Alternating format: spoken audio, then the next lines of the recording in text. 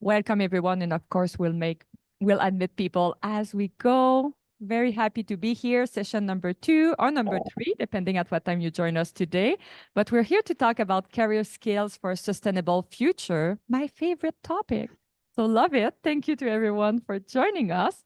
And I'm in the room, I'm in Grant 204 with some students here. Hello, I'll show you. I'll show the camera in a minute. And yeah, many students are online, so thank you for joining us. Very exciting to be here for Employer Connect Career Fair. And as we get started, I just want us to reflect, take maybe a deep breath, ground our feet on the floor, and just reflect on the Indigenous lands that we're joining on from today. Here at Royal Roads, we are on the Lekwungen speaking people, known as the Songhe and Esquimalt nations. So deep gratitude for being able to play, learn, love, live on those unceded territories. And I always like to invite people in the chat if you want to pop which territories you're joining us from, because I know we have students from, I think, France, Europe, across the world, and Canada. So thank you. And here, just a little agenda, quick agenda as we get started. And if you can rename yourself and mention which program you're from, I think for panelists, it's very useful to see, okay, is it like communication, justice, environment? It just gives us a good idea. And we'll have a discussion with Megan and David. We'll have plenty of time for your questions and for networking.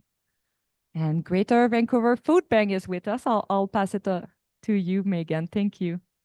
Thank you so much, Nancy. Yes, I'm really excited that David Long, the CEO of the Greater Vancouver Food Bank and board member of Food Banks Canada, was able to join us today.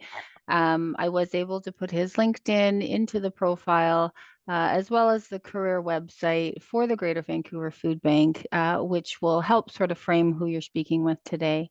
I was also able to put a small video in the chat there from the Refeed organization that they actually won a Shorty Award for recently, and I know David's proud of that. So, but if you have an opportunity, it will help sort of potentially contextualize some of the questions and answers that we're having today. So thank you, David, for joining us today. Thank you very much indeed for having me. Awesome.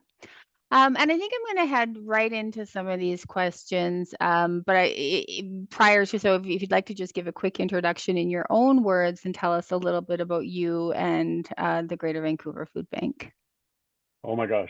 Thank you very much indeed. It's a pleasure to be here. My name is David Long. I'm the Chief Executive Officer of the Greater Vancouver Food Bank. I've been at the Greater Vancouver Food Bank for nearly 6 years, just over 5 years as the CEO. And we've seen dramatic change at the food bank over those 5 years. And I always tell people the same story when you say to somebody, or when you're introduced to somebody and they say, you know, where do you work? And you tell them I work at the Greater Vancouver Food Bank, you can automatically see in their eyes, they kind of think you work in a church basement or somewhere and you're handing out boxes of craft dinner. And I guess the best way to describe the Greater Vancouver Food Bank, we're a 40,000 square foot warehouse in our main warehouse. We have about 3 warehouses right now. That's our main one. And we look like Costco. So if you've ever been grocery shopping or if you've ever been to Costco, that's exactly how we look. The only difference between Costco and ourselves is that we're free to support free food to support the people in need, that people are having a tough time. And so delighted to be here, delighted to take some questions, maybe give you a little bit of background through those questions on who we are and how we operate. Well, I think that's fantastic. And I agree with you. You know, as I got to know the Greater Vancouver Food Bank and the work that it does in partnering with community agency partners, and the work that your particular organization does in sustainability, the work of Food Banks Canada, I began to realize that it really is just so much larger than a reactive response to giving somebody food in that moment. There's so much that goes into what are your plans for this business and how you're going to scale, and the sheer logistics involved, as well as where does your food come from? What is food waste recovery? And I learn all the time. I know this could be a whole other discussion, but it really is so much bigger than what people really think it is. So we'll get into part of that today. And And Nancy, if it's okay to just keep it to the faces, I know it's just sometimes just to see the expression and discussion be great. I'm going to go ahead and just put the questions that I'll be asking David into the chat, if that's okay. So the students will, and you can sort of see what questions are coming up. But David, I'm just going to go right into the first question, if that's okay, which is, let's talk about having students apply to your organization. While I know that the resumes may not come directly to you, they go through perhaps a system or to your HR. But what do students or applicants need to know when they're applying with the Greater Vancouver Food Bank? I think first and foremost, we are. I think the whole world of nonprofit, which is it's not a phrase that I really enjoy saying. It's more social profit. I think the first thing to realize is that we are a business. There's been a distinction for many years between sort of profitable for-profit businesses and non-profit businesses. I run the food bank as a business. I think it's important that students realize this is a business. It's a professional organization. It's run exactly the same as any other business would be. I answer to a board of directors. We have monthly financial statements. We look at cash flows. We have budgets. Right now, this year, we're probably going to be our budget for this year is about $41 million. So it's an extremely large operation. And you know, if you're interested in applying to the food bank, I think you need to be as professional as possible and understand that there is a potential of a pretty amazing career, and actually a very fulfilling career within the nonprofit world. But as I said before, it's a business. It's run as a business, and I think we are looking for. I certainly look for talent, professionalism, and a great work ethic. I think that's a great distinction to make, and it brought up an off-the-cuff question, so that's nice. Right off the bat, going right away from the list of questions that we said we were going to talk about. But and I say that because I think that there's maybe applicants get in a mindset that I'm applying for a not-for-profit or a community agency, and they think like, well, I'm going to talk about how empathetic I am, or I'm going to talk about this great volunteerism I did. And notwithstanding those are great qualities, but when you live in the mindset that I'm an MBA student or I'm interested in business, there's a real avenue for that to come out in the storytelling because you are a business. No, absolutely. You know, we have, as any big business has, we have a vast array of employment opportunities, you know, from director of finance, director of operations, the logistics that go into running a warehouse facility. We have a director of human resources, director of development that's in charge of all of our fundraising. I could talk, you know, I know we have 45 minutes, but literally I could talk all day about the exciting opportunities that are in the non-for-profit world. And it's a serious business. What we do is we help some people that are going through a tough time, having a little bit less fortunate than most of society. It's very rewarding, fulfilling work, but it's as I said, it has a real business aspect to it, and it needs to be. We talk about sustainability. For us to sustain and make sure that we are around fulfilling the need that's out there, you know, we need to make sure we run it properly, and we look at our cash flow statements and we look at our balance sheets. So there's definitely empathy and wanting to give back and help people is a hugely important part of it, and it's the fulfilling part of it. But it's a business. And not to mention, you have a fiduciary responsibility to do the best amount of work that you can with the dollars that you're generating from the public and or from corporate donations. And so I think when we look at value adds that people may have that want to work in the not-for-profit sectors, they come to the table and say, like, I'm really passionate about this kind of work, but here's here's this value out of being process oriented or business oriented, or I worked in this other country and this is how these food banks run, so this is how you could scale your business. So bringing those things to the table as well. No, absolutely. I mean, it's interesting. In my own personal career, I used to be the CEO of the Terminal City Club in Vancouver, and you know, sort of going from a fairly exclusive private club to running a food bank, and people were like, well, you know, it must be really different. And I always say to people, it's not that different, because at a private club, I had a fiduciary responsibility to members' monthly dues, to maximize their monthly dues for the members to enjoy the club. Very similar situation in running a charity where we have monthly donors. My responsibility to those monthly donors is just as acute, where I need to make sure that I'm maximizing the use of their monthly donation to the food bank, to make sure it goes as far as possible and to make sure that it's used properly. I think that's interesting. So when they're applying for your organization, you've given a little bit of scope as to, you are a larger organization, you have a business side, or center to ensuring that the operations run in the capacity that they do, to be able to do the good work that you do in the community. When we talk about the application process, what do they need to know about the Greater Vancouver Food Bank, or potentially an organization such as yours, when they're applying? As far as what skills do they require? Sure, it could be skills, or what sort of storytelling, what needs to come out for you as you look about like building your workforce to support the Greater Vancouver Food Bank.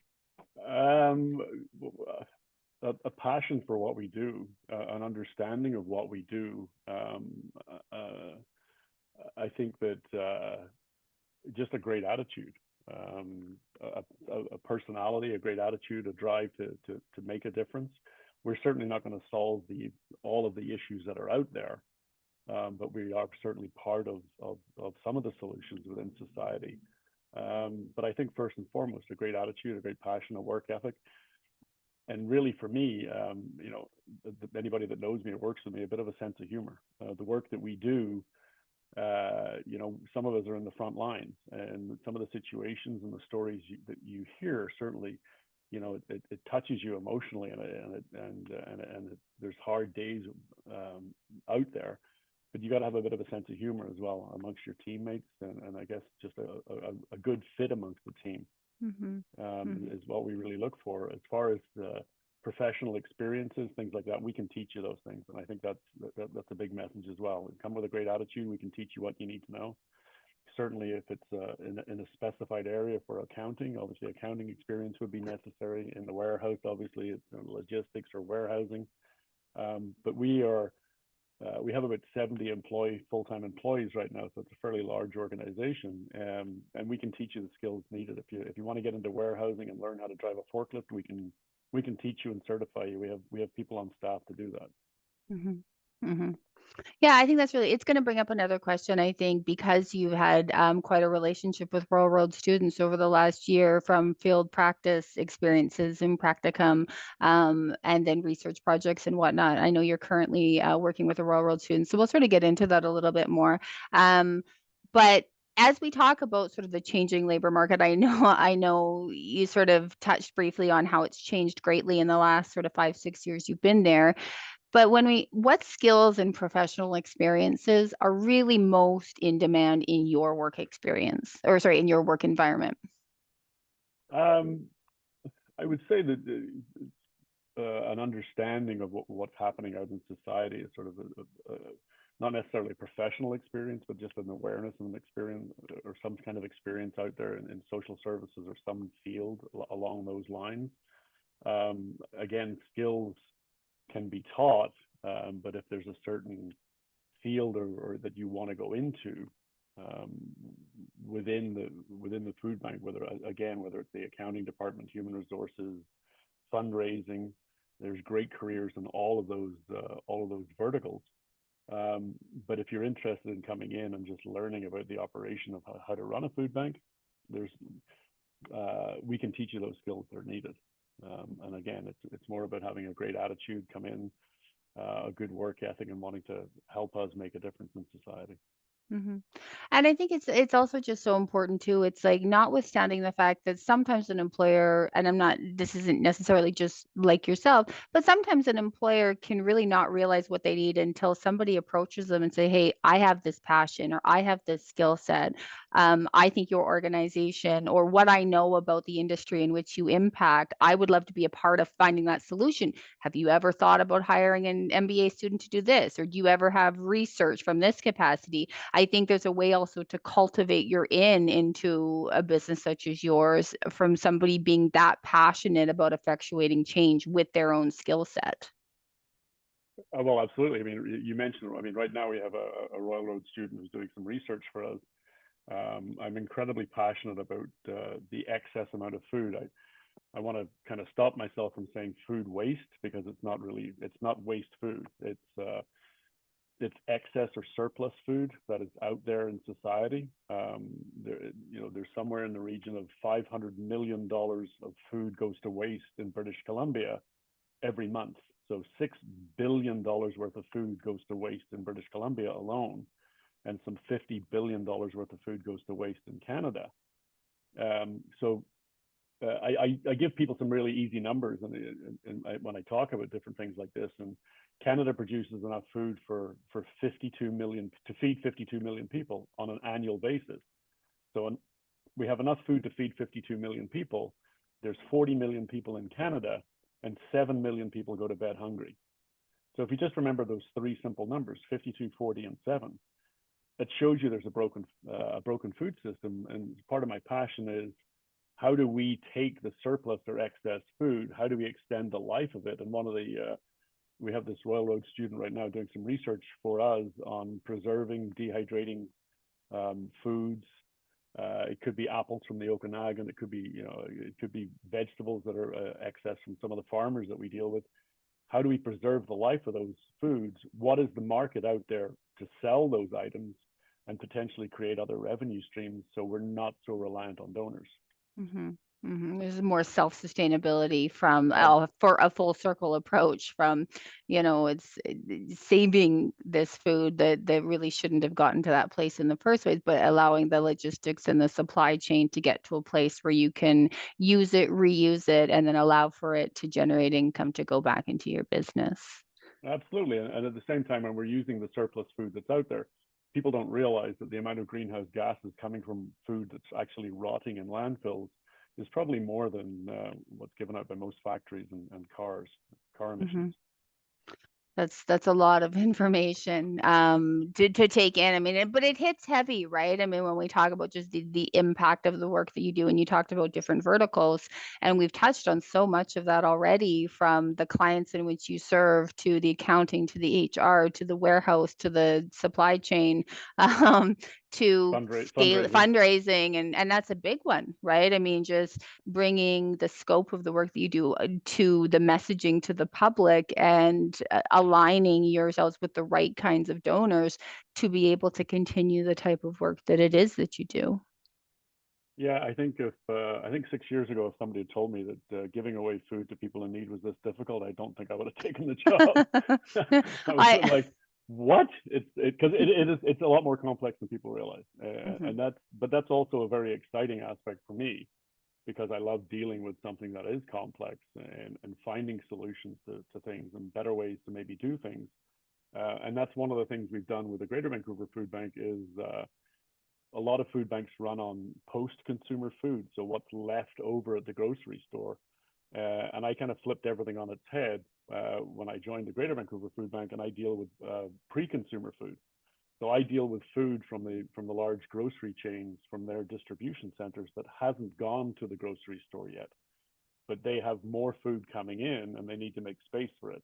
And so, for example, from Loblaws last year, I got some 800,000 pounds of food that was destined for landfill, purely to make room in their warehouse, in their distribution warehouse. Mm-hmm. Those are big numbers. If we look at, like, you've flipped everything on its head, you've changed a lot of the model that has potentially been more receiving, post-consumer, I was going to say content, but food from groceries. Oh, this is about to go or expire. Here, you can have this, give this out. To more building those relationships with the haves to provide to the in the moment have-nots. Where do you see a large area of growth in your organization within the next 2 to 3 years, whether it is a business operation or the type of jobs that you're going to have? I think the main growth we're going to see is using that surplus food Part of my plan over the next, maybe not 2 to 3 years, hopefully 2 to 3 years, but maybe certainly within the next 5 years, is to open up a production facility where we actually take some of the surplus food. We might do dehydration of food. We might make protein powders out of various surplus foods, items to extend the life of those foods, and then in turn get those out to other communities that don't have a chance to have some of these items. When you freeze dry an apple, for example, or when you freeze dry some vegetables, people don't realize that you actually retain 97% of the nutrients of that fruit or vegetable in the freeze drying process. So it's just as nutritious, but you've extended that shelf life, potentially up to a year. So I think the biggest growth we're going to see is using that surplus food, maybe creating a business model around a revenue generation for the charity, so we're not so reliant on donors. If you read in what some of the best minds about fundraising are saying over the next 5 to 10 years, there's going to be a lot less donations from people in the public to support charity. So I think charities have an obligation to try and create revenue streams for themselves so they can continue the work that they're doing, and that's the sustainability factor. And it also brings up for me when I hear that is sort of careers around sort of business development, community engagement, policy analyzing, like looking at what's happening as a pulse point globally. Like what I mean, because we know this isn't an issue that's just affecting the Greater Vancouver Food Bank. We know that this is a global issue. So where's that information? Who's doing what? How can we maximize our potential with better information?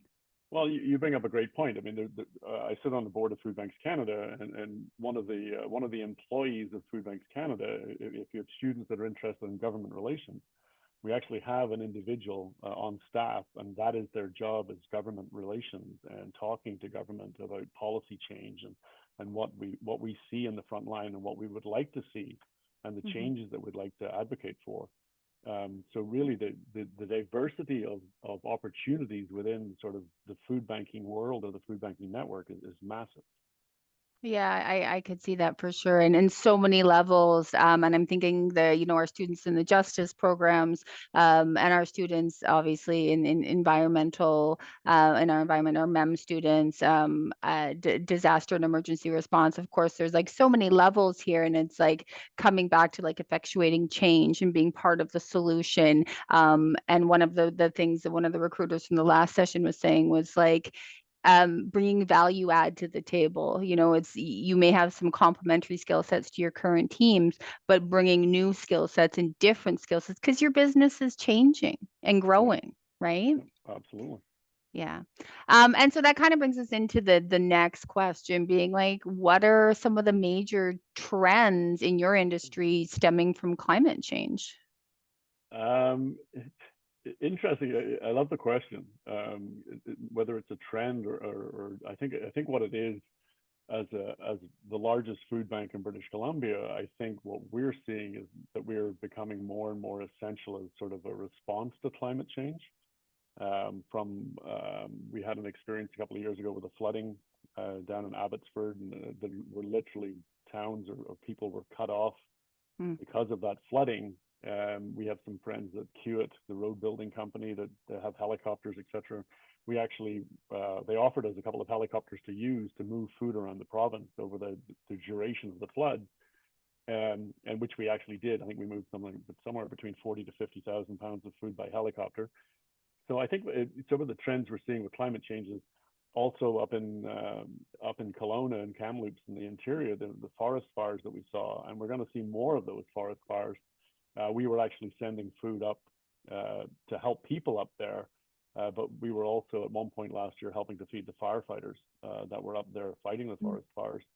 So whether it's a sort of a trend within the food banking industry, but it's sort of I think we're becoming more and more part of disaster response. Even something as simple as there was a heat dome in Vancouver a couple of years ago, and the city of Vancouver literally phoned me at the Greater Vancouver Food Bank and said, do you by any chance have any bottled water you could give us that we can hand out on the downtown east side when this heat dome hits and it's meant to get over 40 degrees?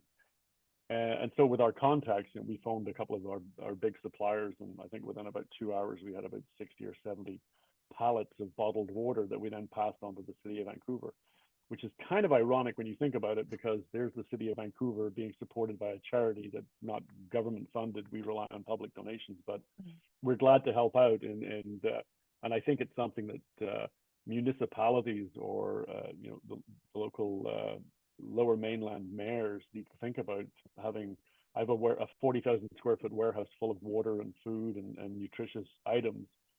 We should be part of a disaster response.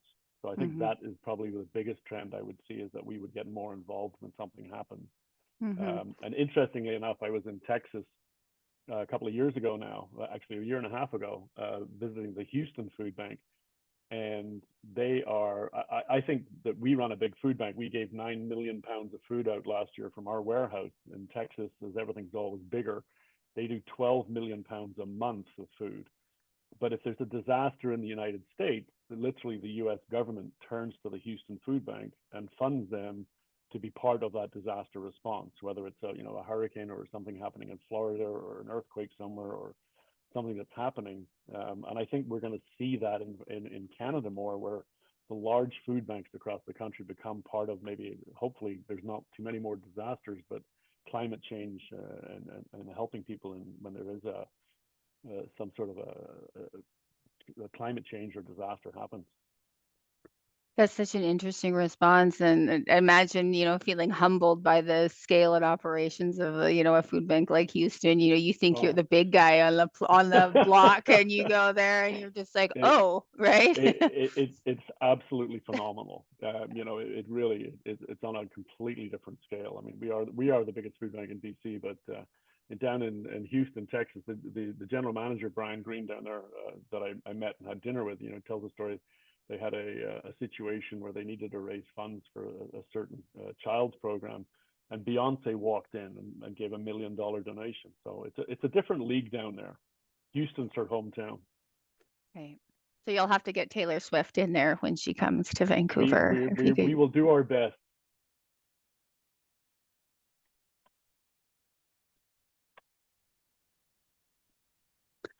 Get Ryan Reynolds. Yeah, that's actually David, if you want, there's a comment that Alex made, is that get Ryan Reynolds in the chat there. I don't know if you want to comment on that. Yeah, I amazed my daughter a few weeks ago. I actually have Ryan Reynolds in my contacts on my phone, and Ryan reached out to us about a year and a half ago. He was paid $25,000 by a company in the United States for doing some work, and he wanted to donate it to the Greater Vancouver Food Bank, but he wanted to donate it in such a way that there would be a matching opportunity from the public to match that donation. And so my comms team worked with Ryan's comms team to launch this initiative, and we were hoping to maybe double it or triple it. I mean, imagine turning $25,000 into $75,000. And we launched this initiative on social media, but I guess because it was Ryan Reynolds and Blake Lively, we actually raised over $500,000 for the Greater Vancouver Food Bank from his initial $25,000. So Ryan's been a huge supporter and is a huge supporter of Food Banks Canada as well. Great comment. And Alex, it brings up an interesting sort of comment and sort of segue into, I think, David, do you agree with that? Food banks have traditionally been reactive, getting the food, giving it to the people, feeding the lineups that come on the day, and moving about their business of post-consumer product. But it's interesting. Do you find that from the different business organizations to not-for-profit, silos are breaking down about people just like, this is a bigger problem than we actually thought? Like, can we all get together at a table and figure out how to do this better? Yeah, I think it is. And certainly 5 years ago, it was very siloed. But I think there's new people spearheading some of these larger charities. And the Greater Vancouver Food Bank started in 1983. So 40 years ago, it started as a temporary measure in the early 80s because there was high inflation, which is kind of familiar. But back in the early 80s, it was far worse. And started as a temporary measure. And here we are 40 years later, and I'm running a budget of $41 million this year to run this operation. So you know, there's definitely opportunities for larger charities to work together to look at solutions. There are solutions out there. It's not all about demanding government give us more money. I think we need to be entrepreneurial and creative, and we need to find some of those solutions. As you've probably heard me say before, Megan, but I say to my team all the time, there's no shortage of food, there's a distribution problem. And that literally is, that's it in a nutshell. There's a distribution problem for all of this food, and we just need to find a better way. We shouldn't have a hungry kid in the school. We should have school meals. We should have programs. It should all come from the excess that's out there. So, you know, I'm excited about working. The YMCA, for example, is they have 3,500 children in daycare. They're the biggest daycare provider in British Columbia. And health and nutrition is vital for these children to get on the right foot and on the right path to getting, you know, better grades in school and to do better, less mental health issues, less health issues in general, less Behavioral. diabetes. And you know, it all starts there. And I think I think you'll see some of these larger charities starting to work much more closely together. I'd agree for sure. Nancy, I wasn't sure if you put your hand up to say like a clap or if there was a question from the I room have there. a question actually, Okay. and I'm sorry to jump in, but No, please do. No, absolutely. yeah, as you mentioned collaboration, David, and that I had some student around and they're like kind of saying, oh, I study justice, or I study communication, or I study environment management. Like people are like, that's super interesting, and can I be part of it? And I think the answer I'm getting is like, yes, because Absolutely. we need everyone, right? We have our student in climate action, disaster emergency. Like I feel that sometimes we think, oh, this is just about this thing, but no, it's bigger. You need almost all talents to come together. No, absolutely. I mean, I have 3 people on my comms team, and we have a lot of fun. I mean, that's part of how we steward our donors to make sure that we can keep doing the work we do and get donations in to do the work we do. We tell great stories, or what I think are great stories. We're probably, I think we are the only food bank in Canada. We did a TikTok because we're just so hip at the food bank, and we did a TikTok that got over 500,000 views, and it was about food waste. It was about people donating, literally cleaning out their kitchen cupboards and donating this food that was not, we couldn't use it, to the food bank, and so in turn we had to get rid of that food, and it cost us money. And TikTok came to us and said, if you can make 2 or 3 more little videos like this, we'll donate $30,000 to the food bank. And so social media is massive, and communications is massive. It's more and more. And I think if you, the better your story or the better your content, you know, and if you can, we're not just handing out a loaf of bread every week. We're actually impacting people's lives and making things better for them. And we're also now, when I started, the food bank was giving 20% of what we gave out to the public as food or to our agencies was fresh. We're now touching 70% fresh. So, and I say to people all the time, people that are having a tough time in life, and a lot of people go through a tough period in their life, they can afford the instant noodles, they can afford the craft dinner, and that's traditionally the kind of food that a food bank would give out.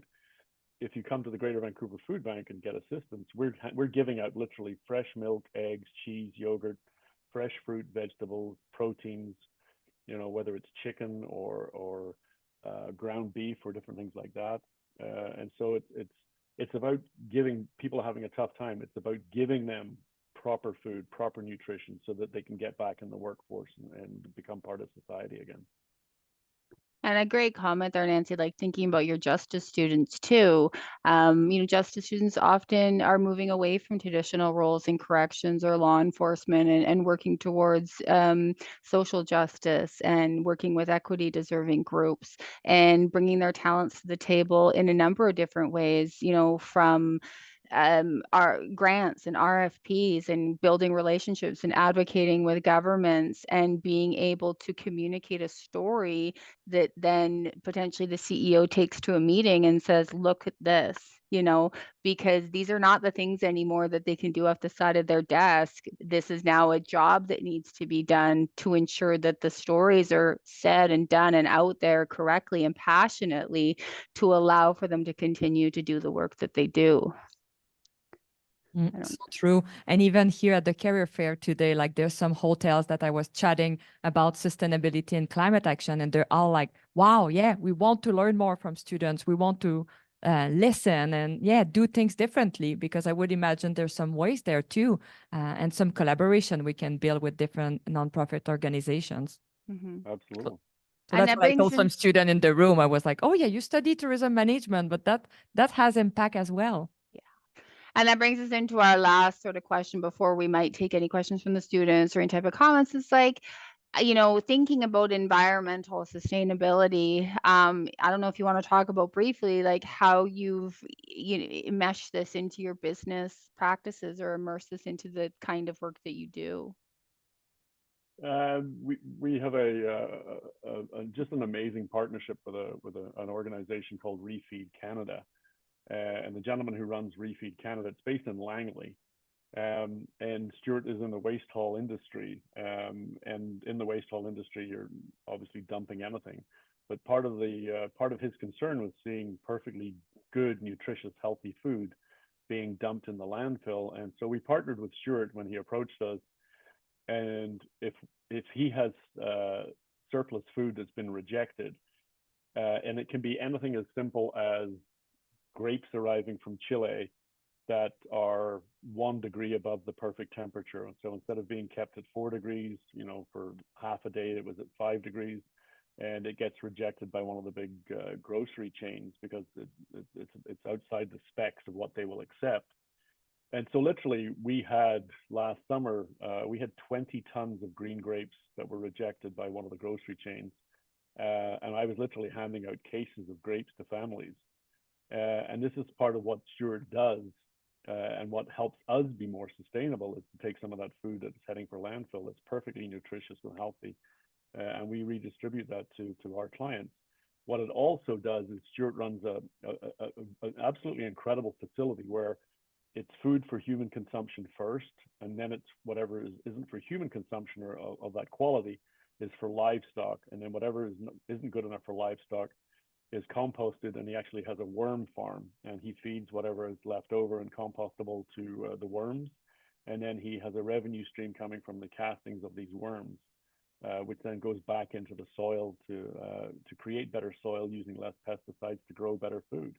And so as a food bank, all of our excess food that is not for human consumption, or when we've sorted through a donation of fresh food from Costco, for example, and you have maybe a 10% wastage factor, that actually goes back to Refeed, so we can actually say we're a zero waste facility as far as our food's concerned. So we're very proud of that as well, and it's a great relationship.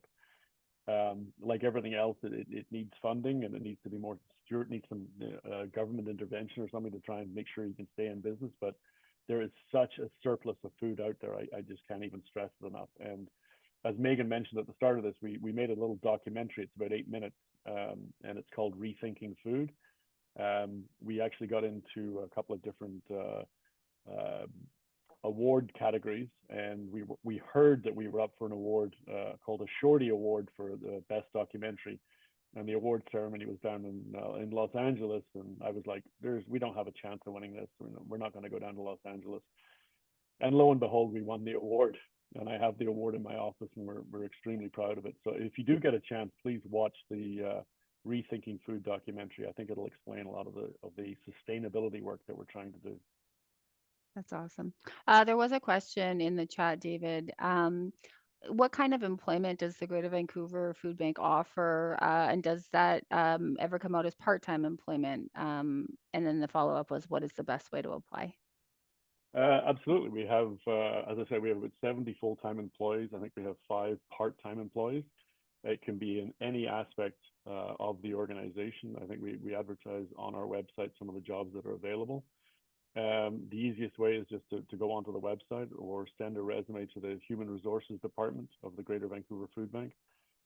Get your resume in, tell what your interests are, what you'd like to do, and somebody will certainly get back to you. And if there's an opening or a vacancy, then absolutely we'll contact you and get you in to talk. It's the younger generation that are hopefully going to find us some solutions to some of these issues and things that we're facing. Mm-hmm. People are far smarter than me. And also talk about sort of how you were introduced to the Greater Vancouver Food Bank, whether it was that you were able to attend a talk with the CEO and this was the part of the story that really resonated, you know, for you, and this is why you're wanting to reach out in regards to employment. I know after some, you know, from some conversation with David as well as other employers, that goes a really long way as to your why for applying. It really helps sort of mitigate if you do have gaps in your resume or non-specific experience or transferable experience. I know that I suspect that most likely those will get to David right in front of him if somebody mentions that sort of this is where the student was thinking about applying from. Yep, absolutely. And so just, and I think it just really helps open the door, because it might not be an opportunity that's available right now, but it may be even an opportunity that David doesn't even know, or the organization doesn't even know that they need right then and there. And it's going to sit and resonate that potentially that could be a fit for the organization. I think that's part of it there. Thanks, Ricardo. But it'd be great, as we're sort of at 12:41 here, to potentially start, if you'd like to come off camera and ask any questions to David. I think it's amazing that we have a CEO here today that, you know, is so on the ground with his operation, being able to answer some of the questions. Was there anyone in person, Nancy, that yeah, I said she came back in a flash, so I knew I had her there. I love my job. I'm like a reporter. I'm like on the ground here Yeah, like reporting from Nancy in the Grand to field, right? That's wonderful, because a student had a bit the same question. As some students are here on campus in Victoria, do we have the equivalent in Victoria? Is there a food bank here people can volunteer with? Do you know any organization? And maybe that can be links we share with the recording as well for everyone. Yeah, there's the in Victoria, there's the mustard seed. They do a great job in Victoria. In Nanaimo, there's the loaves and fishes on the island as well. In British Columbia, there's approximately about 107 food banks of all shapes and sizes. As I said, we are the biggest food bank in BC, and we're quite different from a lot of the other food banks purely because of our size and our capacity. So when a large grocery chain has surplus food, we have the capacity to take that volume of food because we have the storage capacity for it, whether it's fridge or freezers or just general storage in the warehouse.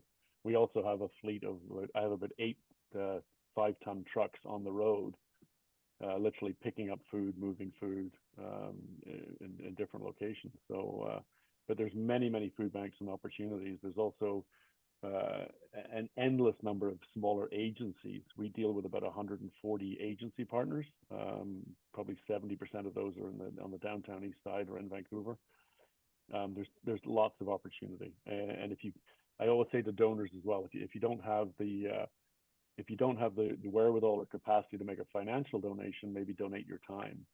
We have about 60,000 hours of volunteer time a year, which is equivalent of maybe more than 30 full-time employees, just to help us do the work that we do. We couldn't do what we do without volunteer hours. So. And I think also just reaching out, and I know the current student that you're working with, I know she in a hybrid capacity does some of her work remotely, and then, you know, comes in person every so often to work with the teams on the type of stuff that she's doing. So maybe that is that you're looking for a project-based work too, or just say, I'd love to volunteer my time and do a business development strategy for you, because I can't give financially, like you said, but I'm super passionate, right? I know you'd probably jump at that for someone to do, you know, something like that in that way. Well, I mean, Craig Edwards is my director of operations. Craig has been with the food bank over 22 years now. And the first 2 years, he was waiting for his permanent residency status, and he actually just volunteered at the food bank, and then he got a job, and we can't get rid of the guy, you know, as much as I want to. And I'm only joking. He's a director of operations. Craig is a massive part of the relationship building and with the food bank and with the farmers and the different food donations that we get. But he started as a volunteer and just absolutely fell in love with the work that we do. So. Thank you for this. That answered a question I got last week from some international folks here. They were like, okay, I'm not sure if how I can translate what I did in my country on my resume, or how, David or the HR will see that. And if I can't work for now, can I just volunteer, and will that lead me anywhere? So that's amazing, that story. Yeah. No, absolutely. And thinking outside the box of ways, because you may be located here in Victoria and David may be located, in Vancouver, but there may be a community agency partner, or there may be something that, you're working on a business initiative, or, you're scaling into another area. And that may open up the conversation for some kind of alternative volunteer work or something that is a smaller contract position because you've got something on the go. Yeah, if I can, Megan, there's also larger opportunities. Food Banks Canada is sort of the national body representing the 1,000 food banks in Canada. They have approximately 60 employees, and they all work remotely. In fact, I think we have somebody that's based up near Squamish. And so there are opportunities within this industry to work at a high level remotely, and gain skills and move in different areas.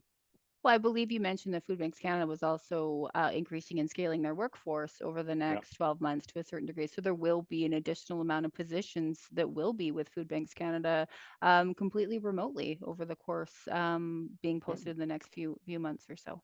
They're actually hiring 21 people over the next 12 months. Yeah, that's big. That's a Huge. big change in their workforce in a remote capacity to be able to effectuate change in an industry that you may be passionate about, as an applicant in a number of different ways. So there is a question in the chat that I'll just go to, if that's okay, David. Is it only Canadian experience that's required in professional positions, or can overseas experiences be considered? No, absolutely overseas. We just hired a lady who's just is new to the country. She works in our sort team, has a great attitude, is a great fit for the organization, and she just recently moved to Canada with her husband, he's trying to get his certification as he is a qualified lawyer in the country that he's from, and he's trying to get that certification recognized here in Canada, and so we snapped her up. Great attitude, great employee, works in our sort area in the warehouse. So overseas, absolutely. And a huge amount of ability for growth, right? Which is just so important to hear. Just if you're understanding the volunteers and the nature of the work, the logistics, supply chain, sustainability practices, the move to fresh food, how that's going to be able to work for your career as you potentially move to other areas as well. Yep. Great question, Ricardo. Thank you for that. Experience is experience. And I know, David, you've mentioned as an immigrant to Canada yourself, you were an executive chef, I believe, in all sorts of different restaurants all over the world. And it's like cooking is cooking and learning is learning and teamwork is teamwork. And I don't know for you if it mattered where that experience particularly happened. No, I think as you move up, and leadership is leadership, and just it's kind of corny. It goes back to the old adage of just surround yourself with good people, and build a quality, passionate team, and you'll see great results. Great, Nancy. Are there any more questions in person? Thank you, Alex. I'd love to see if there's any questions for David or any sort of double clicks that potentially brought up for anyone as we look to wrap up this session in the next 5 to 10 minutes. I'm not used to sitting still for an hour, so if you see me adjusting, it's close to the hour mark there.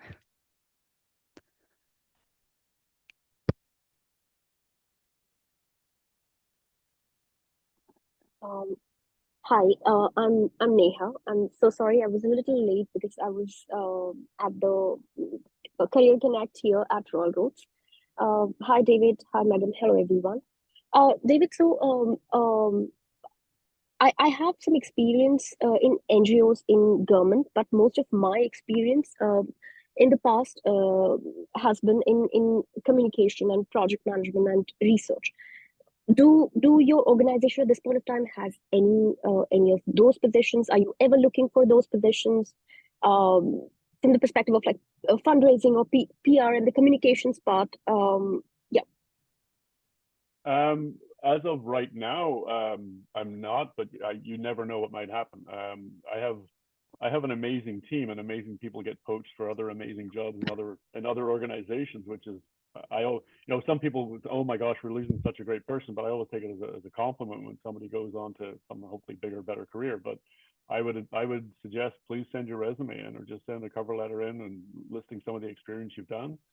I'm always looking for somebody, especially in communications. For me, my comms team is huge, and just on a daily basis, telling the story on different social media platforms and getting the word out there. And I put a post on LinkedIn, and they all make fun of me at the food bank because I'm a bit of a LinkedIn junkie. I put a post about the apples, I think about a week ago, and it's already had like 10,000 views on LinkedIn, which is ridiculous. Yeah. But please send a resume in and list some of the background and what you're interested in, and if we have something, we'll absolutely reach out. Absolutely. Thank you so much, Dave. Thank you. You're very welcome. David, I just went ahead and put your LinkedIn in the chat once again. There was a question if someone's like, I'm taking advantage. Is it possible to have a personal contact of David? So I did put your LinkedIn there. So I encourage anyone who, David, if you want to put your email, go ahead and put your email there. If you're comfortable with just the LinkedIn students, please do just sort of in a message. I know David, as CEO, may get a number of different requests to connect. Just let David know where you met him, and that might elicit a response a little faster than just a random name. But I think you should take advantage of it, whether it's not an open or specific role currently with the Greater Vancouver Food Bank, but in alignment with something here on the island, or a field practice of your particular program that you're in right now, or just some ideas you have and you'd like to see if this is a possibility to further explore those ideas with David. But great questions. And thank you, Neha, for coming on and sort of saying that. I know that especially the work with Food Banks Canada, and as businesses grow, and David had done things like looking to move locations and secure other locations. There's been capital campaigns, and all of those initiatives require communications and PR and an alignment of research, and what's the story that we want to tell, and I need the numbers on this, and who's done this in other countries. So you talk about like, well, my experience isn't necessarily Canadian, or like, is it valid?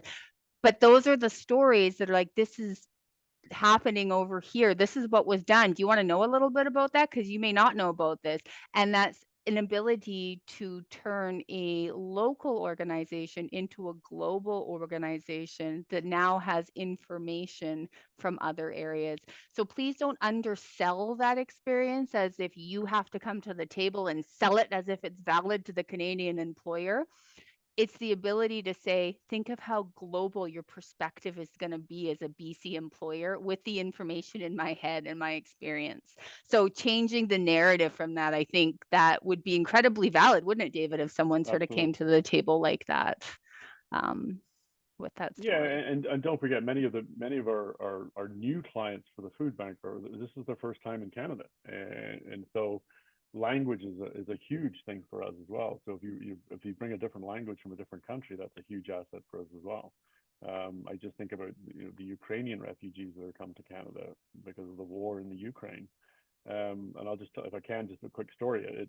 We had a gentleman who was volunteering he owned a refrigeration company, and he was volunteering at the food bank with his company, and he overheard a gentleman there to get some food assistance and help, speaking his native tongue. And he was originally from the Ukraine as well, and had come to Canada many years ago, and now has a successful company.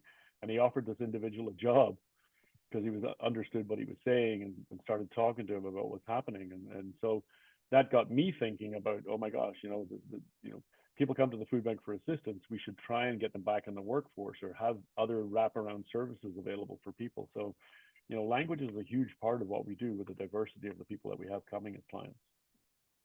And one of the things that I know, David and I have talked about before is also just, equity seeking groups. We talked about, different cultures, but also ableism and persons with disabilities, accessing, what that experience is like as well. So the more you can bring your specific, not trying to be just like every other applicant with every other same experience, is actually accentuating the differences in the experiences you bring to the table.